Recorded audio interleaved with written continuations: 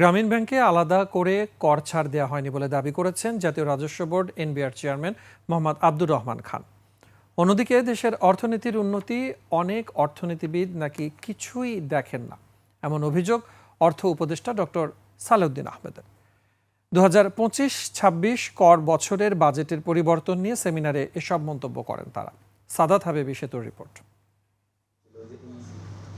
সোমবার চলতি 2025-26 অর্থবছরের ভ্যাট, আয়কর আর শুল্ক হার নিয়ে রাজস্ব বোর্ডের নয়া নীতি পরিবর্তনের নানা দিক তুলে ধরে এনবিআর।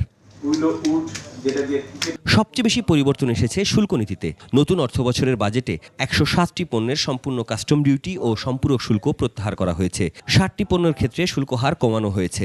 এখন থেকে ব্যাগেজ রুলে একজন ব্যক্তি বৈধভাবে বছরে মাত্র একবারই 5,000 টাকা শুল্ক দিয়ে 117 গ্রাম স্বর্ণ আনতে পারবেন। আমাদের যে ফাইন পেনাল্টির যে হারগুলো সেগুলোকে আমরা স্ট্রিমলাইন করেছি এবং যত ক্ষেত্রে আমরা করেছি সব ক্ষেত্রে ফাইনের পরিমাণ আমরা কমিয়েছি। অপ্রদর্শিত বিদেশস্থ সম্পত্তির ন্যায্য বাজার মূল্যের সমপরিমাণ অর্থ জরিমানা করার বিধান করা হয়েছে। কর ফাঁকি মানে দ্যাট মিন্স ভ্যাট ফাঁকি হলে সেক্ষেত্রে 50 থেকে 100% যে বিধান ছিল সেটাকে ঠিক রাখা হয়েছে। এই অনুষ্ঠানে প্রধান অতিথির বক্তব্যে অর্থ উপদেষ্টার অভিযোগ, দেশের অর্থনীতিকে যেভাবে নেতিবাচকভাবে মনের মাধুরী মিশিয়ে প্রকাশ করা হচ্ছে, বাস্তবে অর্থনীতির চিত্র তেমনটা নয়। যারা দেখে অর্থনীতি কিছুই দেখেন না, দেখতে হলে দৃষ্টি লাগে, অন্তর্দৃষ্টি লাগে। খারাপ ডেফিনেটলি কনস্ট্রাকটিভ দরকার, কারণ ভ্রান্ত পথে যেতে পারি। এটা একটু কনস্ট্রাকটিভ হলে ভালো হয়, কিন্তু মনের মাধুরী মিশিয়ে সব বলতে থাকবেন চারিদিকে, এইটা আবার ঠিক না আর কি।